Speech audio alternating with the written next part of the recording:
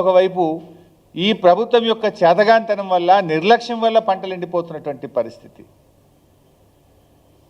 ఏముంది, ఒక గండి పూడ్చడానికి ఓ ఇంజనీర్ను పెట్టి, ఒక సీనియర్ ఇంజనీర్ను పెట్టి రాత్రింబవళ్ళు పనిచేయించి చేయాల్సిన పని నిమ్మకు నీరెత్తినట్లు వ్యవహరించారు. ఓ రొటీన్గా, అంటే ఎంత సీరియస్గా తీసుకోవాలి. కింద 2.5 లక్షల ఎకరాల పంట ఉన్నది.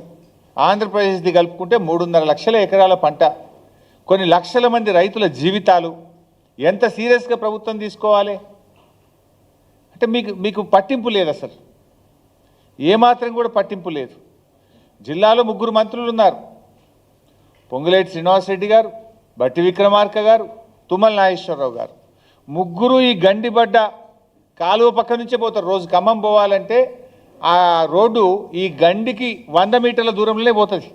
దాన్ని పక్కకెళ్ళే పోతున్నారు. మరి 23 రోజుల్లో కనీసం వీళ్ళు ఒక 10 సార్లు పోయొచ్చు ఉంటారు ఖమ్మం.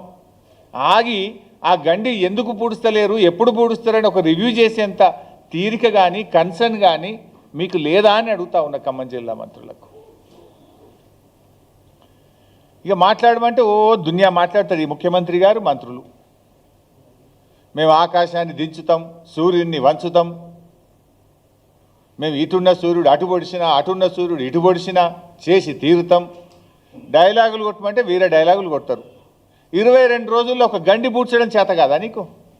ఇక మాటలు మాట్లాడమంటే ఆకాశాన్ని వంచుతాం, సూర్యుడిని దించుతామని మాట్లాడతారు. గండి పూడ్చడం 22 రోజులుగా ఒక గండి పూడ్చడం చేత కాలేదు అంటే ఇది ప్రభుత్వ నిర్లక్ష్యం కాకపోతే, ఇది మీ నిర్వాకం కాకపోతే ఇంకేంటి అని చెప్పి నేను ఈరోజు అడుగుతా ఉన్నా.